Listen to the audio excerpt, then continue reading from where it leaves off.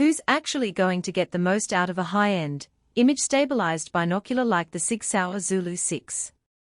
Who should walk away and look for something simpler?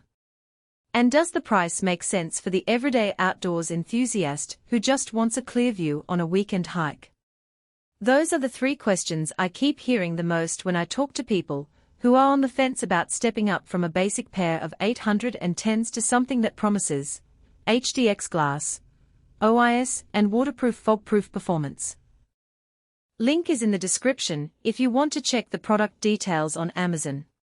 I've spent a few weeks actually using the Zulu6 in a variety of scenarios, from bird watching at dawn in a misty marsh, to scouting a rifle range at 600 yards, to catching a late-season sunrise from a rocky ridge.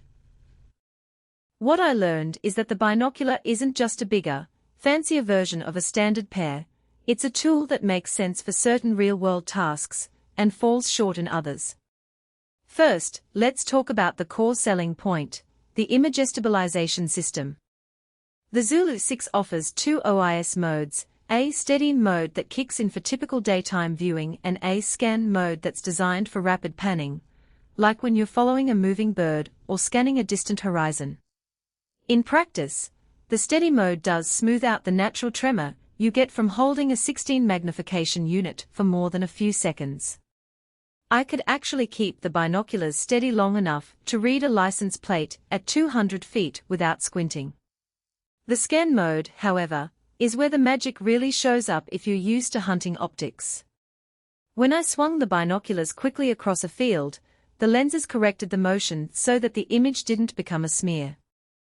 That's a big time saver if you're trying to track fast game or locate a distant boat on a lake. But here's the trade-off: the stabilization system draws a noticeable amount of power. The Zulu6 runs on a rechargeable lithium-ion pack that's built into the housing, and you'll hear a faint hum when it's active.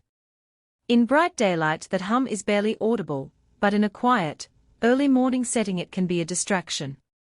The battery life, according to the spec sheet, is roughly 8 hours of continuous use. For a full day out in the field, that means you'll need to either carry a spare pack or be ready to conserve power by turning OIS off when you're stationary. If you only need occasional magnification and don't plan to stare at a target for long periods, the extra battery management could feel like an unnecessary hassle. The HDX glass part of the name is not just marketing fluff.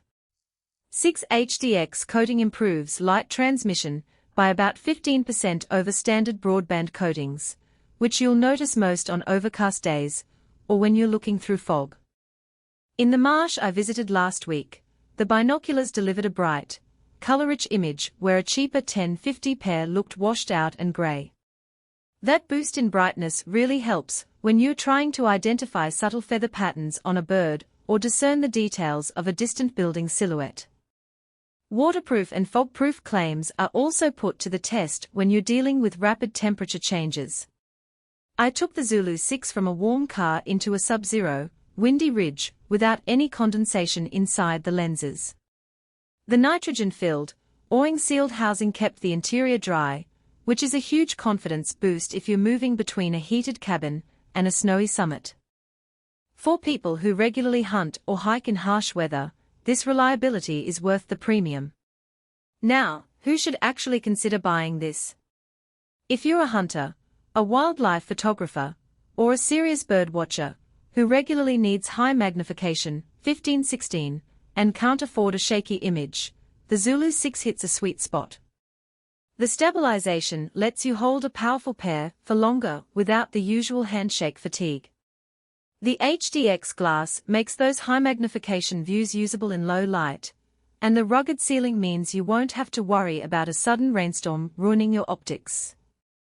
On the other hand, if you're a casual weekend camper who usually sticks to 810 binoculars, or a hiker who only needs a quick glance at a trail marker, the Zulu6 might be overkill. The weight is the first practical downside.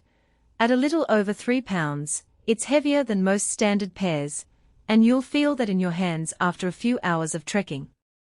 It also demands a sturdy tripod or a reliable rest if you plan to use it for extended observation sessions. For a user who just wants a lightweight, grab-and-go option, a lighter, lower magnification model will feel less burdensome. Another practical consideration is the price. The Zulu6 sits in the high-end price tier for binoculars. You're looking at a four-figure investment. If you compare that to a high-quality 1050 pair, the Zulu6 offers more magnification, better light transmission, and OIS. But you're paying for those extra features, not just a nicer brand name.